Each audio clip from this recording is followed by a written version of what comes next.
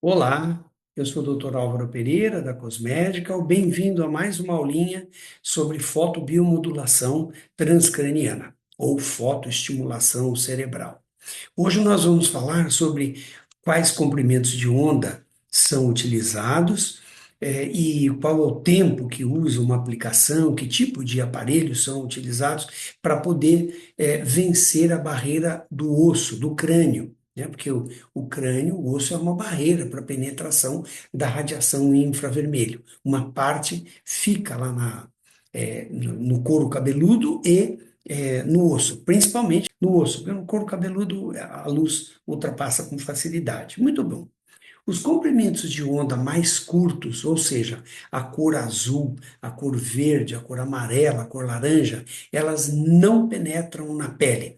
Você não vai conseguir irradiar o cérebro com esses comprimentos de onda. Então, se nós pegarmos, por exemplo, um laser aqui, um laser bem potente, bastante potente, verde, um laser verde, né? Muito potente, mesmo sendo muito potente, o que acontece? Se eu puser o meu dedo aqui, você não vai enxergar a luz do outro lado.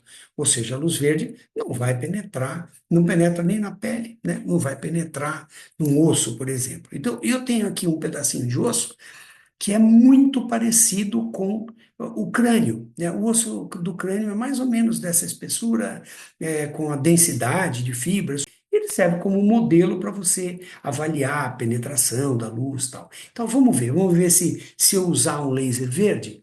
Vocês estão vendo que tem um laser verde aí, e eu estou encostando aqui no osso e vocês não veem ele ultrapassando. Porque, como eu disse, se você utilizar esses comprimentos de onda, bom, você não vai atingir o cérebro mesmo. E a fotobiomodulação, como vocês já sabem, ela só funciona acima de 630 nanômetros, que já é a luz vermelha, até próximo de 900 nanômetros. Acima de 700, mais ou menos, é infravermelho e abaixo é vermelho. Se for próximo dos 700, ela vai penetrar muito bem. Vamos ver, vamos pegar aqui uma luz vermelha, no caso, essa daqui é de 100 miliwatts. Então, se eu usar um laser vermelho, o que é que vai acontecer? Ele penetra lá dentro, né? Vocês não enxergam muito claramente que a luz é vermelha, porque a sensibilidade é diferente dos pixels, dependendo do equipamento, você não enxerga tão bem. Mas e aí, vamos ver o osso. Vamos fazer uma coisinha aqui. Eu vou dar uma protegida assim, porque assim a luz fica mais visível. Veja só. Você está vendo a luz vermelha aí? Tá, né? Então, se você está vendo, é porque o que é que eu estou fazendo? Eu estou encostando ela aqui no osso, e você está vendo que ela chega do lado de lá? Ou seja, a luz verde não chegava, a azul também não chegava, nem o amarelo, se nós tivéssemos utilizado. Agora eu irradiei com o vermelho e você viu que o vermelho ultrapassou o osso, ou seja, teria ultrapassado o crânio também e teria uma parte dessa luz teria chegado lá no cérebro. E se fosse o infravermelho? Melhor ainda, quanto maior o comprimento de onda, mais ela penetra. Então, se tivéssemos usado o infravermelho, que a gente não usa porque aí você não vai enxergar, o infravermelho não é visível, aí você não vê, não tem como perceber, né? Teria como perceber, dependendo do aparelho que você está utilizando, se olhar no celular, por exemplo, você vai aparecer, mas vai aparecer muito fraquinho, tá? Um infravermelho muito fraco. O infravermelho que a gente vê nos equipamentos, assim, que aparece um pouquinho, você precisa estar muito escuro para você perceber que tem um infravermelho lá, né? Então, por isso que se usa o vermelho. Estou usando o vermelho para você poder conseguir enxergar. Existem LEDs hoje em dia de 5 miliwatts, LEDs de 15 miliwatts, 25 miliwatts, 50 miliwatts, até 300 miliwatts, né? Muito potentes. Esse laser que eu mostrei para vocês, o vermelho, é um laser 100 miliwatts. Então, como é que é feito esse cálculo? Você consegue medir, é muito fácil medir o quanto de luz que atravessou aqui esse osso. É fácil. É só você colocar do lado de cá um fotômetro né, que é um aparelho que tem um sensor bem pequenininho, você coloca aqui o fotômetro, você mede o quanto de luz que chegou aqui. Ah, quanto que está chegando de luz? Ah, está chegando 2 joules por centímetro quadrado. Aí, quanto que eu preciso dar? Aí eu preciso dar 5 joules por centímetro quadrado. Então, você pode usar um LED mais potente, ou você pode irradiar por um tempo maior, né?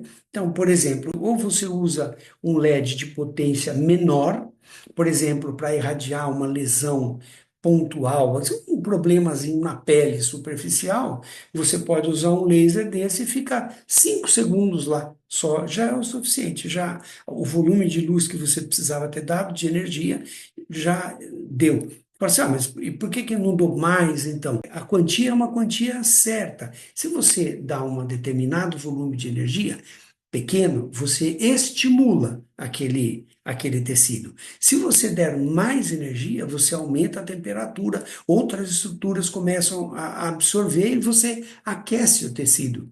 E aí você começa a causar uma lesão, né? Então, estímulo, se você exagera, vira uma lesão, e se você exagerar muito, você destrói o tecido.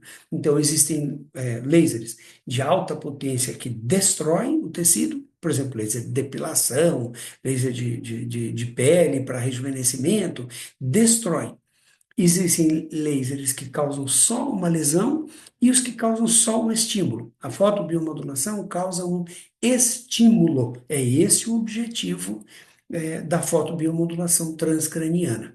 Então, no caso da estimulação cerebral, o que é que nós precisamos utilizar? Sempre nós vamos usar comprimentos de onda maiores, infravermelho, que é o que mais penetra. Por exemplo, vocês viram lá o vermelho, e aí eu posso garantir para vocês que o volume de luz que chegou do outro lado do osso é de aproximadamente 10% só da energia que você deu do lado de cá. Então, então você tem que dar um tempo maior em função da potência do aparelho. Se o aparelho usar um LED muito fraquinho, então você vai ter que ficar muito tempo com uma tiara, por exemplo, vai ter que ficar 1 hora com a tiara para poder levar lá para dentro o volume de energia que você quer.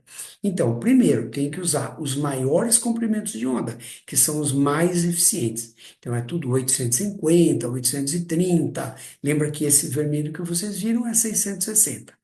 850 não dá para ver, você não vê ele, impossível, porque é infravermelho e a gente não vê. Como micro-ondas também, que vê um pouco mais à frente. Aí você usa comprimentos de onda maiores. E qual a potência do LED? A potência, existem, como eu disse, de várias potências. Ao redor de 25, 50 miliwatts é o que costuma ser utilizado. Por quê? Porque com 20 miliwatts, 25, 30, 50 miliwatts, mais ou menos, não aumenta muito a temperatura da estrutura do aparelho, do capacete, do boné, não vai aumentar a temperatura nem do couro cabeludo, e isso significa que você tem que usar esse aparelho por 20 minutos aproximadamente. Então, vai ser sempre assim, não importa qual aparelho você for comprar, você sempre vai ter LEDs ao redor de 25, 50 miliwatts e você vai utilizar esse aparelho durante 25, 30 minutos.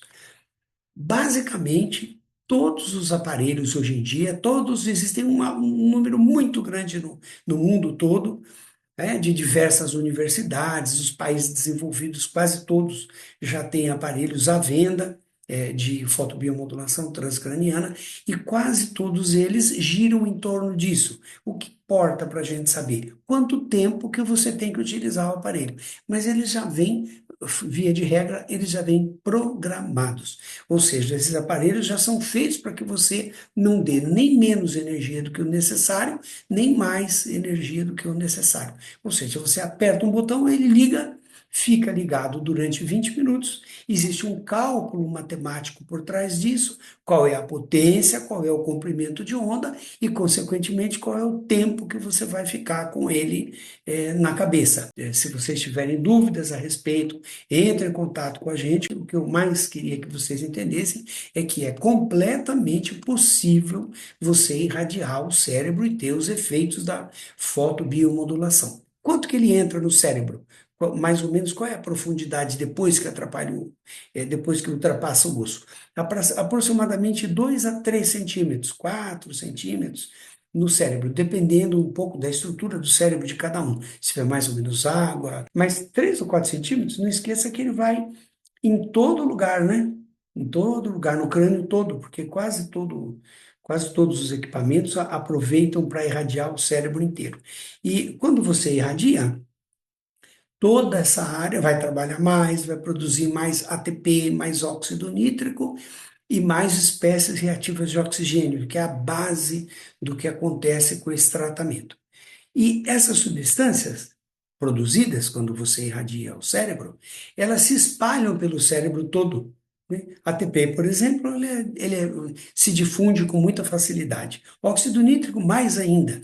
E espécie reativa de oxigênio também. De tal maneira que você irradiando 3 centímetros, você já tem um efeito grande no restante central do cérebro, que é importante, muito importante. Tá bom? Até a próxima.